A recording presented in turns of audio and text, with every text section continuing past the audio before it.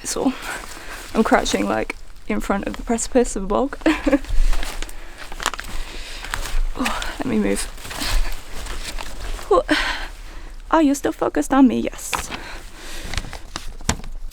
Well, here goes nothing. A while ago I was chatting to a girl who was really keen to go on adventures, but she was like a classic, haven't got around to it yet.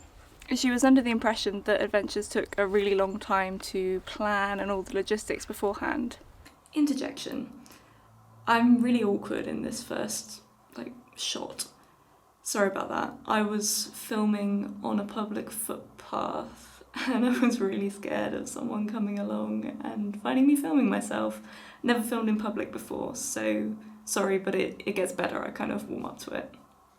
Back to the movie. Yes, they can. It can take ages planning the perfect adventure. But I think you shouldn't. Contrary to all the adventure planning blog posts, I'm going to suggest that you try an adventure without planning at all. Here's 3 reasons why. Number 1, the plan barrier. Ask anyone who's done a big adventure and you'll find a common theme. Planning is stressful. In fact, many people will say that actually doing the adventure is far easier than the planning part. Let's face it, most of us want to go on an adventure because we want to be out there in the wild actually doing stuff, not sitting behind a computer doing logistics and planning. If someone said to you, "Hey Alex, you want to go off on your dream adventure tomorrow? We've got everything covered for you. Expenses, logistics, travel, time off work, all covered." Yep, don't worry, we've handled it. All you have to do is show up. Would you take it? I'm pretty sure I would. There are so many adventures that die in the planning phase. It seems either too complicated or too time-consuming to continue. So, I'm giving you permission to not plan in detail, just because the person next to you is colour-coding their spreadsheet for their logistics for Land's End to John O'Groats does not mean that you have to. Number 2 is confidence. Let me tell you a story. In 2016, I had a whirlwind of adventures. I was in transit from 2 weeks of camping in Wales straight to my first alpine tour in Austria. Packing was, as it always is with me, extremely rushed. To be fair, I only had 2 days turnaround. Everything went smoothly. I hit the travel deadlines, made it to Manchester Airport, checked in, met up with my friend who I was travelling with. As we boarded the plane and I sat down in my seat, I was struck with a cold realisation. I'd forgotten my hat. I was going to spend 10 days up high in the mountains and I'd forgotten my hat. So it sounds kind of funny in hindsight, but at the time I was really concerned. I'd never really done any independent travel before, and aside from worrying I was going to look like an idiot in front of all these people I'd never met before, I was really worried I'd made a crucial mistake. Point is, I had no choice but to deal with the problem. There was no way I was getting off the aeroplane or not going on that tour. There was also no chance for me to buy the hat on the way, so I just kind of had to improvise with buffs and hoods and stuff. And funny enough, it was not a game changer. How does this link back to planning?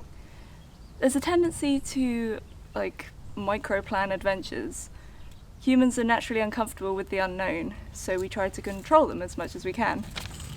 But although not planning an adventure might seem scary, when you pull it off, it gives you an enormous sense of, an amount of confidence in yourself. You know that you can deal with whatever life throws at you, and that's pretty important, really. Point number 3 is adventure. As ever, it comes back to what adventure actually is. If you make a huge and detailed plan, essentially controlling all of the unknown elements, or as many as possible, is it still an adventure? Where is the line between an adventure and a package holiday? Actually, let's not go down that route, we'll go on a massive tangent. So basically, the less you plan, the more uncontrolled variables, but look, I'm running out of light, so I'm just going to read from the script, I'm really sorry. So basically, the less you plan, the more uncontrolled variables there are, and the more chance there is to experience adventure. However, as we've talked about before, there is a line between the stretch zone and the danger zone.